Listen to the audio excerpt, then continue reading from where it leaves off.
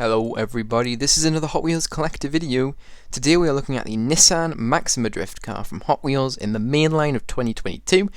It is returning this year in 2023. It's already had two colours, so the first colour was in a metallic red, and the second colour is in a enamel blue, so a standard blue. So yeah, it is getting re-released, so if you missed out on this first drop when this was a new casting, you can get this car this year. And I think that the red colour is really nice. I'm not so fond of the blue one, but that red one is phenomenal. So I did get this one from a Home Bargains, a very large store.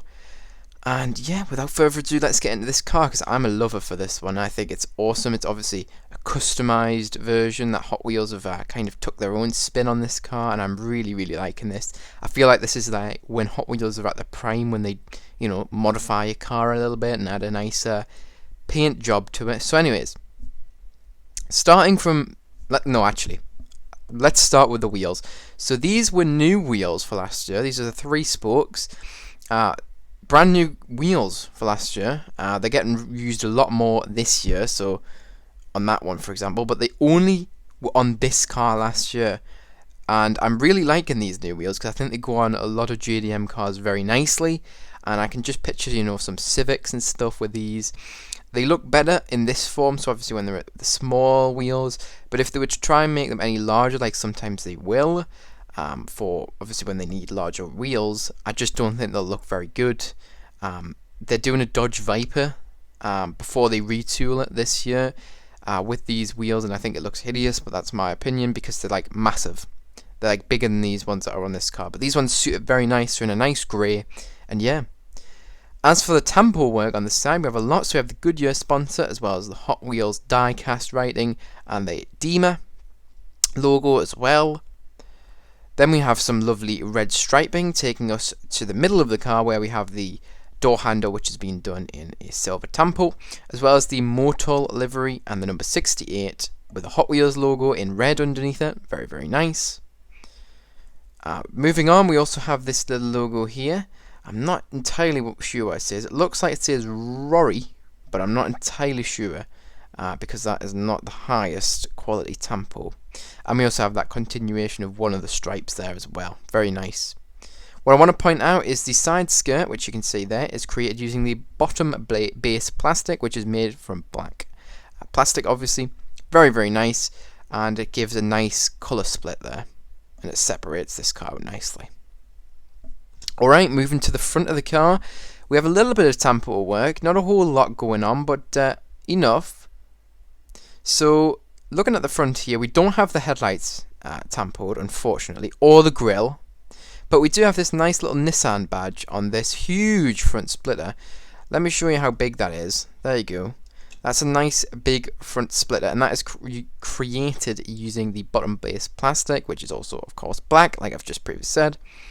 You can also see the wing mirrors have been cast into the metal itself, which is very nice, and those sit on the front fenders, or maybe even on the front hood. It's kind of in the middle of them.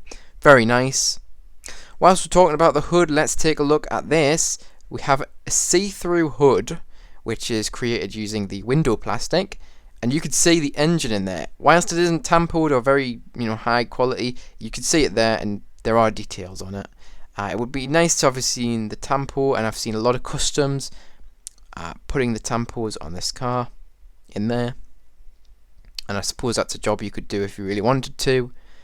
You'd obviously have to drill the car open on the rivet, but yeah, there you go, it's there if you want to do that. Very nice to see that.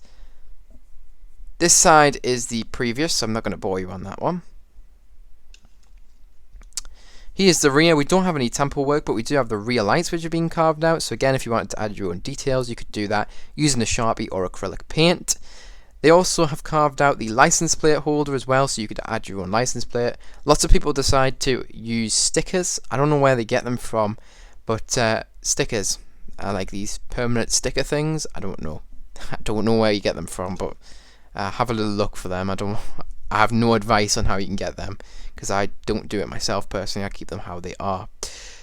What's also worth mentioning is the rear of this car also has a large ducktail spoiler, or roof spoiler. It's more of a roof spoiler. Very, very nice. It's really quite big actually, so really, really cool to see that. I'm also going to tell you that this car has a sunroof. It's interestingly done. It almost looks like it's open, but it's not. Very, very interesting design. That is created using the window plastic again. Very, very nice. And the final thing I do want to talk about is the front windows are actually rolled down on this one. They are not up, so that is obviously enhancing that sporty look of this car. I always think that when the front windows are down on Hot Wheels cars, it makes them look a ton more sporty.